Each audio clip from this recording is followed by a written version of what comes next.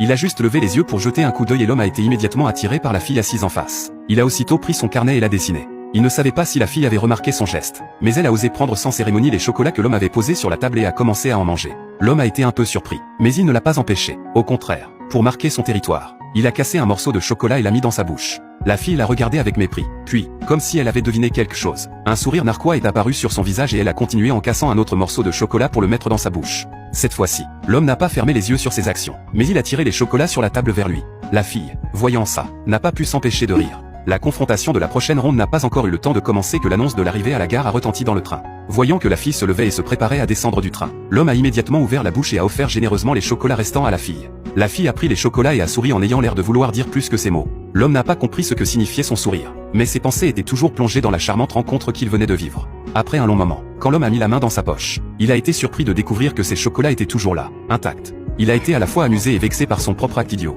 Heureusement, leur destinée ne s'est pas interrompue pour autant. Une semaine plus tard, ils se sont rencontrés à nouveau dans le même train. L'homme s'est excusé maladroitement pour ce qui s'était passé la dernière fois et a donné le portrait sur son carnet à la fille. La fille n'a pas été fâchée de son acte imprudent, mais était plutôt très curieuse de découvrir l'expression sur le visage de l'homme lorsqu'il apprendrait la vérité. Cette fois, ils ont eu une conversation très agréable dans le train jusqu'à ce que la fille annonce qu'elle allait bientôt arriver à la gare. L'homme lui a dit au revoir avec regret, mais sitôt qu'il s'est retourné, un air de déception est apparu sur son visage. Il regrettait de ne pas avoir échangé leurs coordonnées avec la fille au bon moment. Soudain, la fille l'a appelé et lui a rendu le portrait. Elle avait laissé ses coordonnées au dos.